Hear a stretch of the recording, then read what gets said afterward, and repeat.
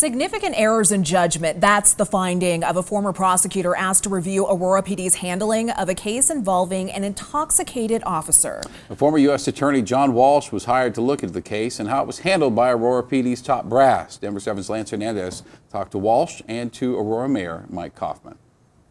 He's a little intoxicated. Agent Nate Meyer was found passed out drunk behind the wheel of a patrol car on March 29th last year. His boss, Deputy Chief Paul O'Keefe, smelled alcohol but treated the case as a medical issue. No criminal investigation was undertaken. The officer was never charged with DUI. It clearly was a failure of judgment, and officers within Aurora have characterized it as a failure of leadership. Former U.S. Attorney John Walsh says not pursuing criminal charges was the first mistake.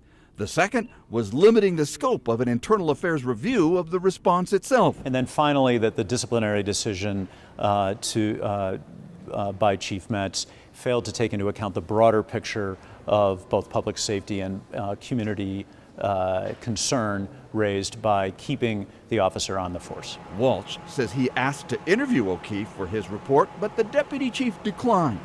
He also says multiple officers had concerns about the response and wanted the force to take a different approach.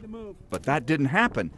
Mayor Mike Kaufman says that left many Aurora residents feeling like the officer got special treatment. System of justice not afforded to the average citizen, and an embarrassment to our city. But today I feel confident that we have a path forward to make sure this never happens again. Walsh recommending that criminal investigations be required if an officer is suspected of being under the influence while driving or carrying a gun, and that responding officers contact the district attorney. He also recommends that outside agencies conduct the investigation. Lance Hernandez, Denver 7.